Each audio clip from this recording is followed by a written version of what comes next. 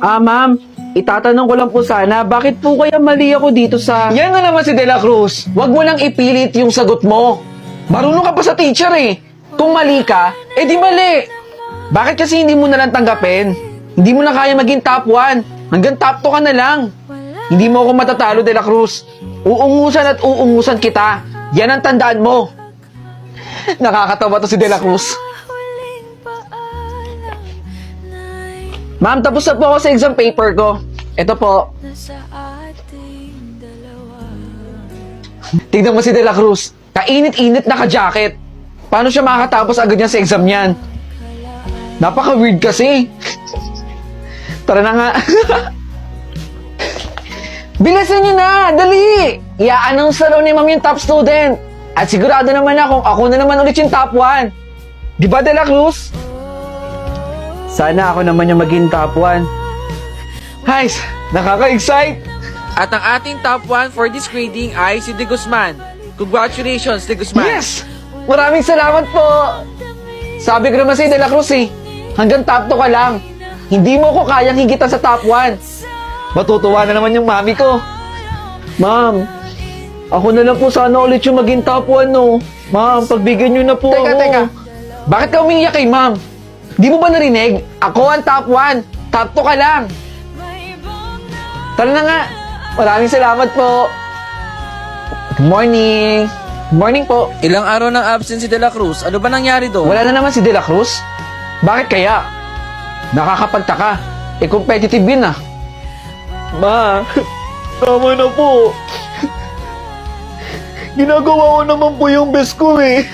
Tama na po. Huwag na po niyo akong saktan, ma. Ginagawa ko po yung best ko para maging top student. Pasensya na po, ma. Aray ko po. Tama na po. Tama na po. Sige na po, payagan niyo na po ako. Mag-outing lang po kami ng mga kaklase ko eh. Kapag sinabi kong hindi ka pwede sumama, hindi ka sasama. Sana naiintindihan mo yun, Aliana. Sige na, ma. Ito na kasi yung huling pagkakataon namin na magkakasama kami. Huwag mo na akong piliting paluin ka pa, ha? Graduating student ka. Sana alam mo yun.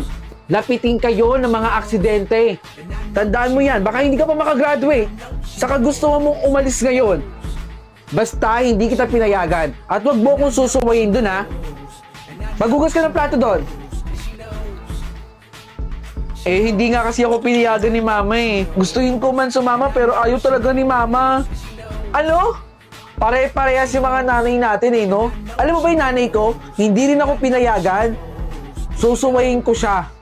Ito na yung uling pagkakataon na magkakasama tayo eh. Susulitin ko na, di ba? Kung ako sa'yo, suwayin mo na rin yung nanay mo. Minsan lang to, oh. Ito yung ambag ko. Yung ambag mo, kahit doon na lang sa mismong lugar na pupuntahan natin. Sumama ka na, ha? Oh, ayan na. Buti tumakas ka sa nanay mo. Oo. Basta wag kayong maingay kay mama, ha? Gusto ko rin naman mag-enjoy, no? Inanda mo na ba yung pangambag mo? Oo, sige. I-upload ko na yung pangambag ko. Paano ba yan?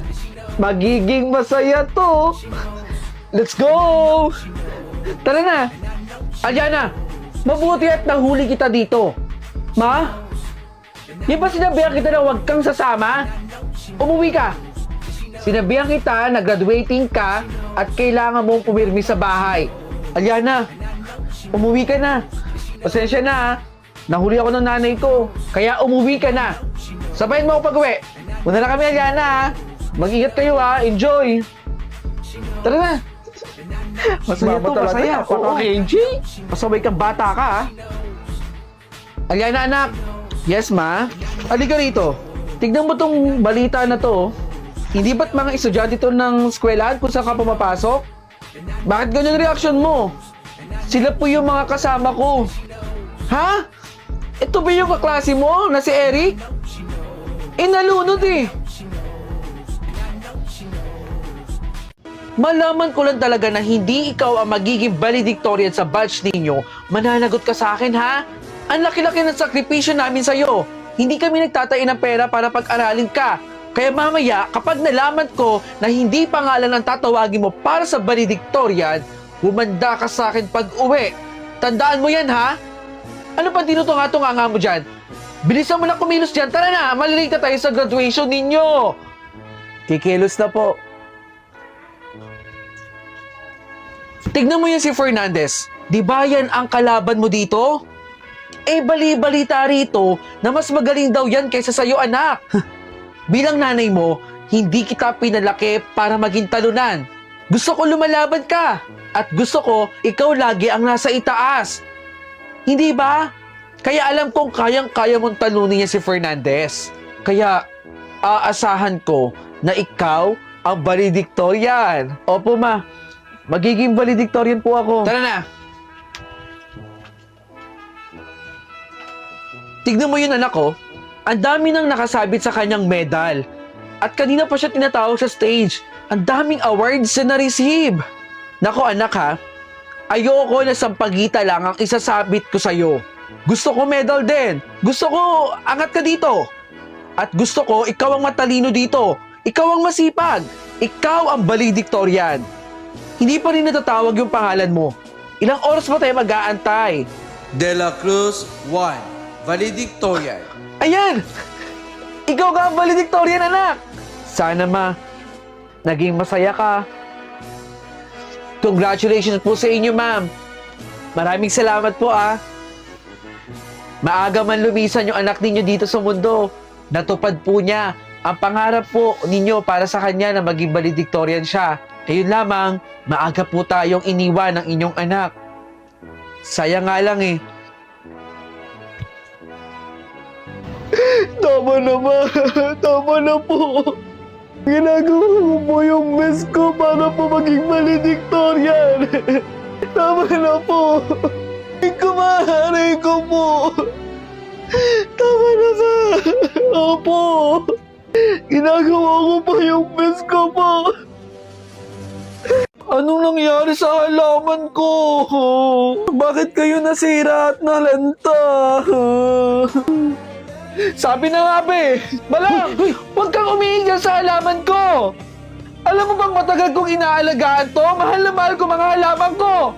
Pakasungit mo, Aling Claring. Umalis ka dyan, Balong. Kahit kailan ka talaga, napakapasaway mo. Ipababarangay kita, Balong. Para sa halaman, nagagalit ka, Aling Claring, ha? Tumatawa-tawa ka pa dyan, ha? Manda ka sa akin, Balong. Alas! Galit na naman si Aling Claring kay Balong. Ano nangyari? Ito na lang yung buhay ko eh. Yung halaman eh. Hoy, Balong! Nandiyan ka na naman sa mga halaman ko, ha? Ano? Sinisira mo na naman ba? Umiihi ka na naman ba dyan, Balong? Hoy, Balong! Pinablatter na kita sa barangay. Pag hindi ka pa rin talaga tumigil dyan, ipapakulong kita. Aling Claring, pinupulot ko na nga yung mga kalat dito eh. Hindi ka kasi naglilinis dito sa garden mo. Umuwi ka doon sa sapa. Kung saan ka nakatira, Balong? Huwag mo kong antayin ihampas ko sa'yo to. Alis! Doon ka sa sapa. Ay, sige na. Pinapaalis pa ako. Balong! Ano na naman ginagawa mo rito? Araw-araw na lang ba, Balong? Huwag ka munang magalit. May ibibigay ako sa'yo eh. Galit ka kaagad. Ano yan? Tabo? Tabo! Para sa'yo to, Aling Claring, oh. Hindi mo ako madadaan sa pabigay-bigay, Balong, ha? Marami ka ng kasalanan sa akin. Aling Claring talaga, eh. Matandain pa, eh. Salamat. Di magagamit na talaga ako pandilik. Dahil lakas naman ng ulan, kawawa naman yung mga halaman ko dito. Hindi na nasisikatan ng araw. Aaraw din at titigil din ang ulan. Mabuti tumigil na ang ulan at nandyan na ang sikat ng araw. Teka, bakit nga ba wala si Balong? Maria, nakita mo ba si Balong? Bakit parang hindi ko nakita rito sa mga halaman ko? Aling Claring, hindi niyo po ba nabalitaan? Si Balong daw po yung inagos ng sapa doon. Nung nakaraan po nung umuulan. Eh, hindi na raw po umabot ng buhay sa ospital eh. Ha?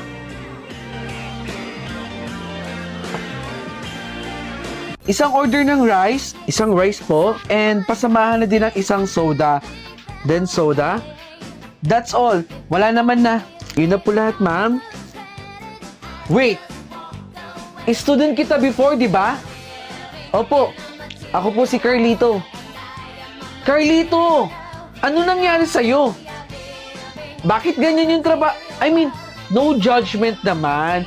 Pero bakit ganyan yung trabaho mo? Kasi ma'am, no need to explain na pala. Alam ko na ang dahilan kung bakit. Kasi ito na yung order ko Pa-prepare na lang. Nice meeting you, Carlito. Enjoy your meal at Happy Lunch Restaurant.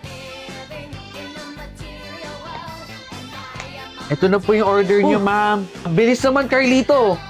Mahusay ka na ngayon, Alam mo, natandaan ko lang, Carlito. Tama pala yung sinabi ko sa'yo na wala kang mararating.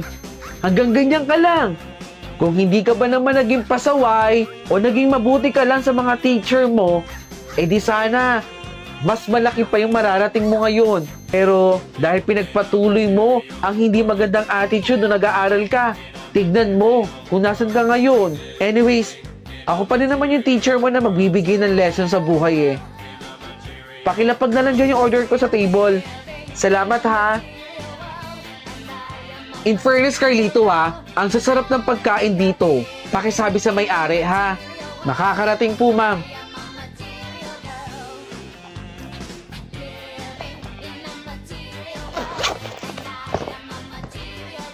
Shucks! Nasaan yung wallet ko? Oh my God! Naiwan ko pala sa bahay! Wait, tatawag ako ng kaibigan ko Wag na po, ma'am. Ako na po magbabayad. Anong ibig mong sabihin? Ang sabi ko po, ako na lang po ang magbabayad. Total, sa akin naman po tong restaurant na to Really? Ako po ang may-ari nito. At libre ko na po sa inyo yung kinain ninyo, ma'am. Oo, diyan ko nilagay yun Oo, tama, diyan nga. Okay naman yung lasa, pero Tapos, parang may kulang. Pakiayos na lang. Carlito, hindi ba't kinakausap kita? Sorry po, ma'am. Alam mo, napakabastos mong estudyante ka Wala kang respeto. Ito tatandaan mo, Carlito, Wala kang mararating dahil dyan sa attitude na meron ka. Wala kang respeto. Sorry po, ma'am. Wala naman po akong intensyon na bastusin kayo Pasensya na po. Apo. Oh, Lola. Bakit po? Apo, pasensya na sa istorbo Pero meron lang hiling si Lola sa'yo. Ano naman po yung hiling ninyo, Lola? Sana pag nawala ako dito sa mundo, Apo, huwag mo akong ipasunog. Gusto ko, ilagay mo ako sa kabaong, Apo. Lola naman, huwag naman po kayo nagsasalita ng ganyan. Hindi po mangyayari yon. Pagpasensya mo na si Lola. Ay, eto po. Sa'yo na tong 20. Itago mo na yun, Apo. Maraming salamat dito, Lola. At baka makita pa ng mga kalaro mo. Sige na, bili mo na yung gusto mong bilhin. Apo, anong ginagawa mo dyan? Ito po, bakit pukpok ka ng pukpok? Naayos ko na po yung